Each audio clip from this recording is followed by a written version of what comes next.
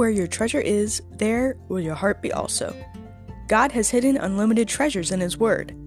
Every time we open it, we can discover a new treasure, or admire an old one. What will we find today?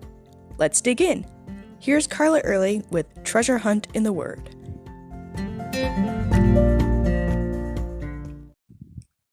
The Old Testament is full of great stories. One of my favorites is about 3 lepers in 2 Kings 7. The law said lepers weren't allowed to be around the general population, so they lived outside the gate of the city of Samaria, back in the days of the northern kingdom of Israel. That way, as people came in and out of the city, they could beg for food.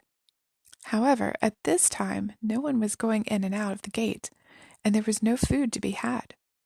There was a famine in the land, and on top of that, the Syrians had besieged the city. People inside were starving, and so were the lepers outside. After a while, they decided that instead of just sitting there waiting to die, they'd give themselves up to the Syrians. The worst they could do was kill them. Then at least they wouldn't have to slowly starve to death. And the Syrians might actually feed them.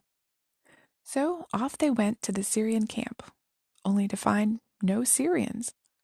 God had miraculously scared them off so that they left everything: gold, silver, clothes, and most importantly, food. The first thing the surprised lepers did was eat. Then they hid some of the booty. But then they realized they were being greedy. All those starving people in the city needed to know about this. Instead of huddling in their homes, fearful and dying, they could be out feasting and rejoicing in what the Lord had done.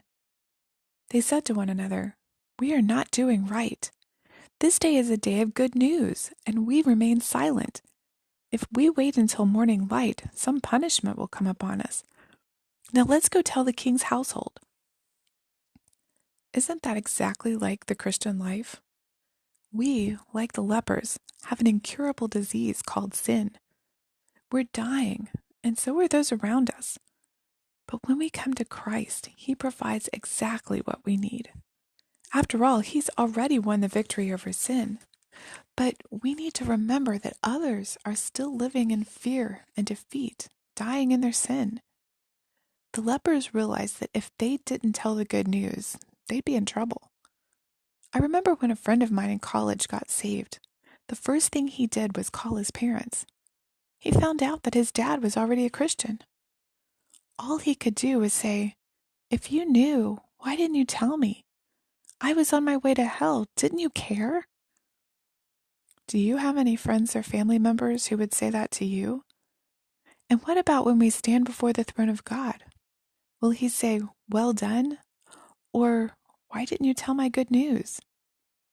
We cannot keep quiet.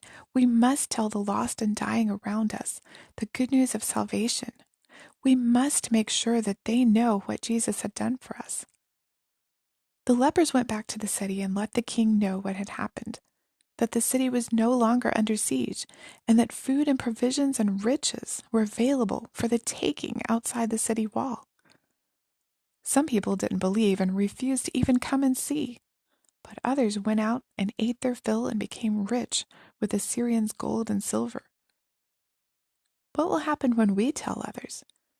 Some may reject the news, but others may come and see and eat their fill and find God's riches. Who will you tell today?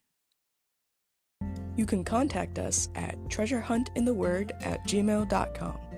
Also, if you'd like to share a treasure God has given you by doing an episode, please contact us. You can listen to other episodes on our website, which you'll find in the description below.